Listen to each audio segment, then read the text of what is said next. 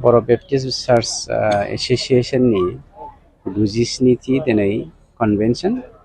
बे कनभेनसननि गेजेरजों दिनै दुलाराय बिटिसि हालामाव आरो जोंनि बर'नि गेजेराव सान्थि आरो खौसेथिजों लोगोसे जौगानाय फैथों बेखौ लानानै आर'ज खालामनाय जेरै जों मोनदांनो मोनदों। आं सरकारनि जानानै सरकारनि साथि सोद्रोमा जानानै खोब गोजोननाय मोनदों बे मेसेजखौ मोननानै आरो बाहागो लाफानो मोननानै।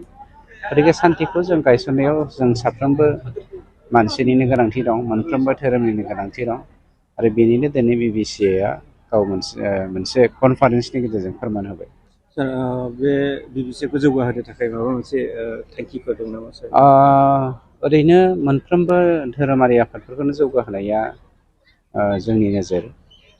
गतिके जोंनि सरकारनिफ्राय बे देग्लायनिफ्राय जागायनानै खम समनि गेजेरावनो जोङो ख्रिस्टि वाइसै 1,42,00,000 लाखनि जा मोनसे आसनि जोंनि चिफ सारा मैया होलांदों।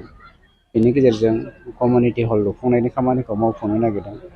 गतिके इसोरा जुदि जेब्लायबो जोंखौ अनफ्लायबाय थायोब्ला बा जों आशिर्बाद मोनोब्ला गासैबो जोंनि साननाया जाफुंगोन बेखौ जोंहा फोथायनाय दं।